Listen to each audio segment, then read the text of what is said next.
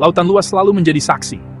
Dari arah barat, kapal-kapal layar datang menembus ombak, membawa rempah, sutra, dan sebuah cahaya keimanan.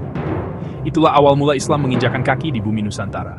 Bukan dengan perang, bukan dengan kekuatan senjata, melainkan dengan senyum, kejujuran, dan akhlak para pedagang Muslim. Di pelabuhan-pelabuhan seperti Perlak dan Samudra Pasai, kisah itu dimulai. Para pedagang Muslim menikah dengan penduduk setempat, mengajarkan syalat, membaca Al-Quran, dan mengenalkan nilai-nilai tauhid. Perlahan tapi pasti, Islam menyentuh hati masyarakat, bukan dengan paksaan, tapi karena kebenaran yang menyentuh nurani. Dari Sumatera, cahaya itu menyebar ke tanah Jawa.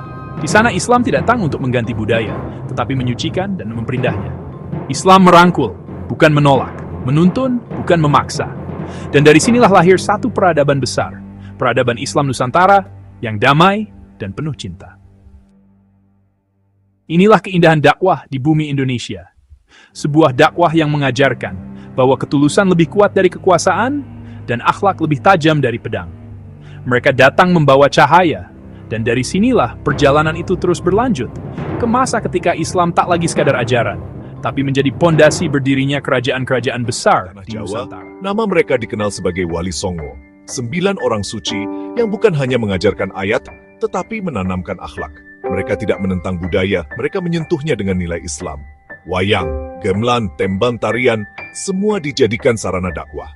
Bagi mereka, seni adalah bahasa hati, dan hati adalah jalan menuju iman. Sunan Kalijaga misalnya. Beliau bukan hanya seorang dai, tapi juga seniman besar.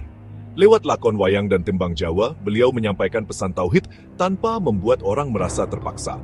Ia paham bahwa iman tumbuh bukan karena paksaan, tapi karena cinta yang dirasakan di dalam hati.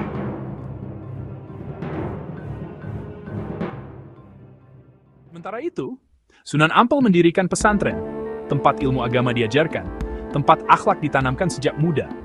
Dari pesantren-pesantren ini lahir generasi baru, para dai, pedagang, pemimpin, dan pejuang yang membawa nilai Islam ke seluruh penjuru Nusantara. Ada juga Sunan Bonang yang mengajarkan zikir lewat lantunan musik. Sunan Giri yang menulis kisah anak-anak penuh nilai Islam. Sunan Gunung Jati yang menjadi pemimpin bijak dan menyatukan rakyatnya. Setiap wali punya jalan dakwah sendiri, namun mereka punya satu tujuan, menyebarkan Islam dengan kelembutan dan keteladanan. Dakwah mereka sederhana, tapi dalam. Mereka tidak hanya berbicara tentang surga dan neraka,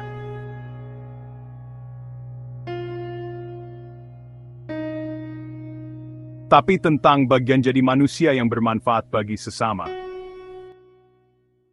Mereka mengajarkan bahwa Islam bukan sekadar ibadah ritual, tetapi gaya hidup yang menebar rahmat dan kedamaian.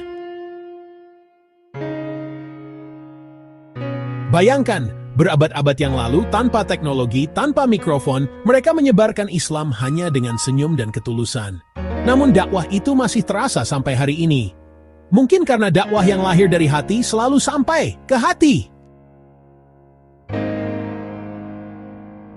Dan kini, tugas itu sampai kepada kita. Kita bukan wali, bukan ulama besar, tapi kita bisa melanjutkan semangat mereka dengan ilmu, dengan akhlak, dengan karya. Karena dakwah tidak selalu harus dari mimbar, kadang cukup dari sikap yang membuat orang lain merasakan kebaikan Islam. Dan dari tangan para wali dan ulama inilah, Islam tumbuh semakin kuat, hingga akhirnya menjadi fondasi berdirinya kerajaan-kerajaan Islam besar di Indonesia.